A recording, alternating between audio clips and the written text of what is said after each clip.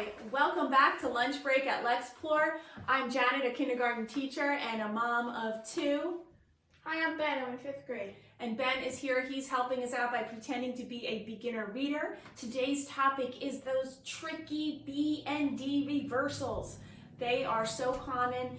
That problem is so common with children flipping them around and making it a little trickier to get fluent with our reading. So I'd like to break it down into a 4-part practice steps here. 4-part practice steps. And this is a good thing to do. You want to go through this a couple of times and then you can revisit it. It's a great way to get out of that habit of switching those around. So we're going to take a look here. First, step number 1, review the letters. Go over the letters. Now you may, I just printed these off of Pinterest. And this one is B and B like to walk. And it shows the 2 letters walking forward. And D like to talk because the D turns around. So I would go through a little activity talking about that and having the child trace the lowercase b and saying B and B like to walk. D and D like to talk, and talk about how the lowercase d turns around to talk to the uppercase D. Choose whichever picture visual that you would like to do. There's so many on Pinterest or Teachers Pay Teachers. In my classroom, we have Benny Bear or Billy B, and Billy B has a belly. I like to talk about the belly because the belly is in front. So you can do any one, but whichever one you choose, pick one and stick with it and use that visual. Keep the visuals out for the children to use when they're reading or writing, and have it in front of them so to help them establish and reference that, and then they establish a better habit of keeping those going in the right direction. Okay, so once you go over your little picture, and you might want to refer to what the teacher uses in their classroom to keep it consistent. So whichever one you choose, pick a picture or visual that helps a child remember which direction the B goes in and which direction the D goes in. Practice by saying the little saying over and over again by tracing. Okay, and then we're going to go down here to letter practice. I like for them to say the letter sound.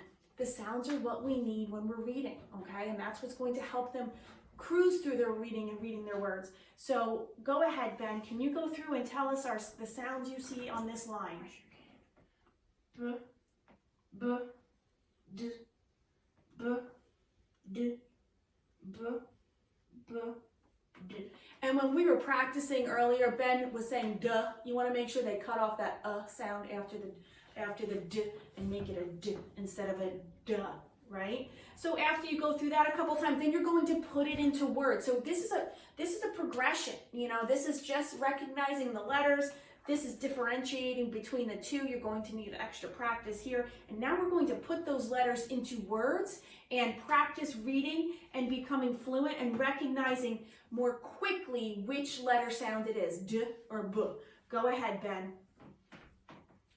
Bed, dip, bid, dib, bib, dab, bud, dot. When your child is working on this part, you definitely want to keep these little visuals close by for reference, okay? And it's going to, it might take a while to get through the first few words, then just go back. If it's too challenging, cut out the amount and just go back and practice 3 words.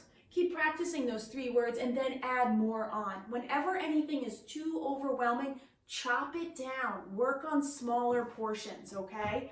All right, so we did the letter practice, letter review, letter practice within a word, and now we're going to read sentences that have these words with these tricky letters. Go ahead, Ben.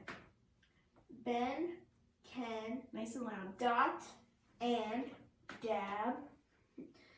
Deb has a bud. Bab has a bib.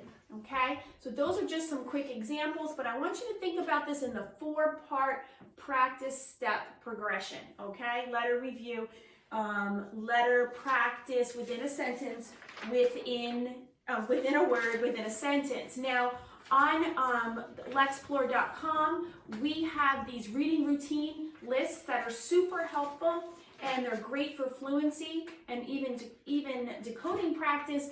We have a page that has the consonants. It's B, P, N, D to practice. You can print these out super quick. And then there's a word list where you can print this out. And this is a really great list to use to help practice, okay? We'll put the link up above for you to click on quickly. And we will see you next time on Lunch break with Lexplore.